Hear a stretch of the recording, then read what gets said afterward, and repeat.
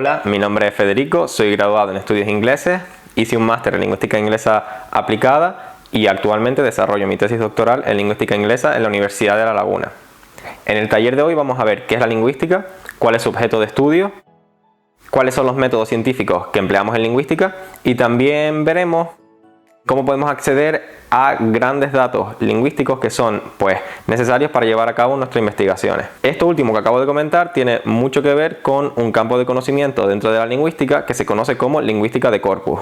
Por tanto, en este taller también vamos a ver brevemente qué es la lingüística de corpus, qué es un corpus lingüístico, y analizaremos dos indicadores mediante un software de un pequeño corpus en lengua española. Bien, comencemos por la lingüística. ¿Qué es la lingüística? La lingüística es la ciencia que estudia el lenguaje, pero no cualquier tipo de lenguaje, sino particularmente el lenguaje humano.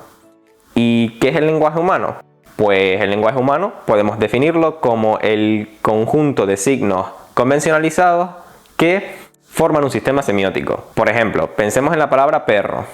Perro es lo que se conoce como significante y su significado sería la imagen mental que nos viene cuando empleamos la palabra perro, que podríamos describirla como un mamífero con 4 patas, una cola, completamente cubierto de pelo, 2 orejas, 2 ojos, un hocico, unos dientes afilados y además ladra. Hablamos de que existe una convencionalización en los signos porque si vamos al inglés, por ejemplo, no tenemos la palabra perro, sino tenemos la palabra dog. Cuando nos aproximamos al estudio del lenguaje humano, lo podemos hacer principalmente desde 2 perspectivas teóricas o paradigmas, que es como se conoce en lingüística.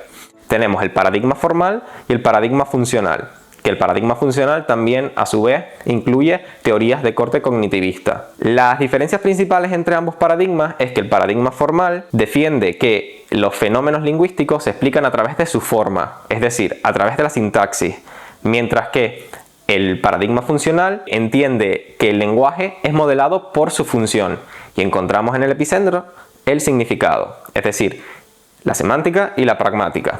La lingüística, aunque es una ciencia relativamente joven si la comparamos con otras como puede ser la física o las matemáticas u otras ciencias naturales que se iban practicando desde la antigüedad, es una ciencia segura. Lo que quiere decir es que empleamos diferentes métodos científicos. Podemos emplear o el método deductivo o el método inductivo. Sabemos que el método deductivo es aquel que observa un fenómeno, formula una hipótesis y luego la contrasta con los datos.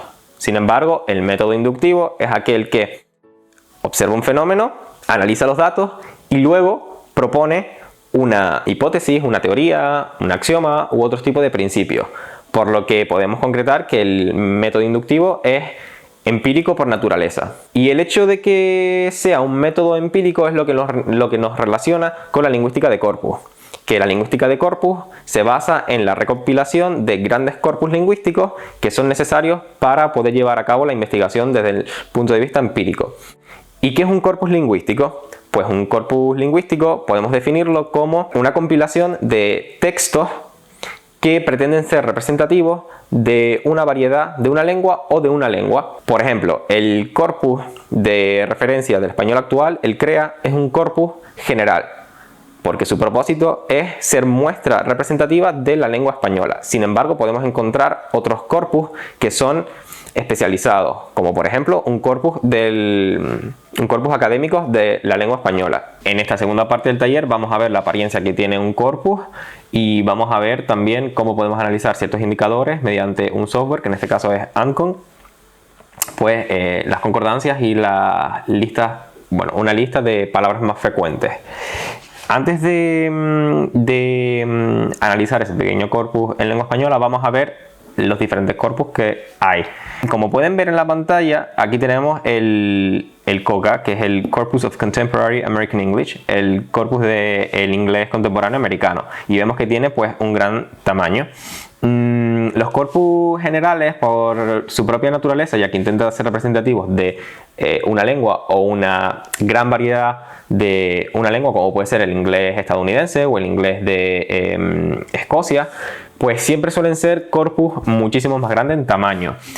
Sin embargo, cuando hablamos de corpus especializados, como puede ser el corpus que vemos aquí de la Supreme Court, de la Corte Suprema de los Estados Unidos, siempre tiene un tamaño más reducido. Y como comentaba, podemos tener corpus especializados como pueden ver aquí un corpus del coronavirus, cuya creación fue pues relativamente hace poco, en 2020. Como pueden ver también en donde pone dialects, que son los dialectos, cuando se elabora un corpus y es un corpus que intenta representar a toda una lengua, pues tenemos que tener esta variable en mente, puesto que una lengua tiene muchísimos dialectos y si queremos que realmente ese corpus sea representativo no podemos coger únicamente, por ejemplo, el inglés o el español que se habla en un determinado lugar. Esto es un ejemplo de un corpus en español de donde hemos sacado nuestro pequeño corpus que luego analizaremos, y este es el CREA, que es el corpus de referencia del español actual, que lo lleva pues la RAE. Bien, ahora vamos a centrarnos en nuestro pequeño corpus.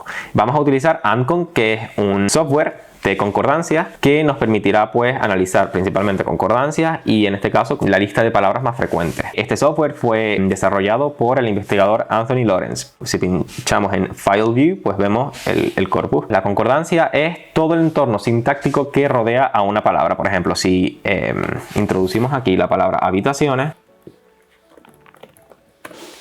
vemos pues que la palabra habitaciones está insertada en una oración. Pues todo lo que rodea, todo el entorno de esta palabra es lo que se conoce como concordancia. Y los software de concordancia pues son muy útiles para revelarnos el tipo de información que una palabra pues nos da, no solo por sí misma, sino por las combinaciones que puede tener. Si vamos a la lista de palabras más frecuentes y le damos a Start, a comenzar, pues veremos que tenemos word types, que son el tipo de palabras, y word tokens. Vemos que el tipo de palabras es menor y donde pone word tokens, que ahora lo explicaré, es mayor. Un tipo de palabra es, por ejemplo, el verbo estar, pongamos de ejemplo, ¿no? Entonces se contabilizaría como un tipo de palabra, pero el verbo estar puede conjugarse de diferentes maneras. Por ejemplo, podemos decir estamos, están, estuve. Entonces todo eso se contabilizaría en word tokens. En este caso vemos que la palabra más frecuente es la preposición de. Entonces vamos a pinchar la preposición de para ver qué es lo que podemos apreciar de esta preposición. Bueno, pues vemos que se ha empleado pues 2184 veces, y si estuviésemos pues realizando una investigación sobre esta preposición, toda la información que extraemos de las concordancias es muy útil. Por ejemplo, vemos aquí que el objeto de la preposición, es decir, lo que lo acompaña, puede ser tanto un verbo como un sustantivo. Pongamos otro ejemplo, por ejemplo, la palabra que. Vemos que se puede emplear como conjugación subordinante en el primer ejemplo, anunció que, o incluso en otros como relató que, aquí lo podemos ver, pero también se puede insertar en cláusulas de relativo. Una sociedad que a la larga en el segundo ejemplo. Pero ahora vamos a escoger otra palabra, como puede ser la palabra padre, que es un sustantivo. Vemos que padre suele estar acompañado de palabras como alumnos, trabajadores, padres, amigos, incluso padre y enseñanza. Toda esta información que está recogida en este corpus nos puede ofrecer, por ejemplo, un análisis sobre la concurrencia de este sustantivo con otros sustantivos o con otros verbos, como puede ser el verbo enseñar, y otros sustantivos como pueden ser alumnos, hermanos, tutores, es decir, relacionados con un determinado campo léxico. Una de las aplicaciones que podríamos sacar de este análisis es, por ejemplo, la estructuración de un dominio léxico, es decir, las asociaciones que podemos tener dentro de un dominio léxico y el porcentaje de concurrencia, la probabilidad que tiene la palabra padres de concurrir con otros tipos de sustantivos que están, pues, desde un punto de vista semántico, cercanamente asociados. Y además esto pues nos permitiría también poder establecer una estructura de cómo nosotros organizamos el léxico en nuestra mente. En este taller hemos visto qué es la lingüística, cuál es su objeto de estudio, los métodos científicos que empleamos en lingüística que garantizan la objetividad, la rigurosidad, la verificabilidad y la reproducibilidad de nuestros experimentos o de nuestras investigaciones. También hemos visto los paradigmas o las perspectivas teóricas que empleamos cuando estudiamos el lenguaje humano, y hemos visto pues las diferentes aplicaciones que tiene la lingüística de corpus, y además toda la información tanto desde el punto de vista cuantitativa como cualitativa que podemos extraer de la lingüística de corpus, que se ha convertido en una pieza vital para realmente poder llevar a cabo investigación en lingüística.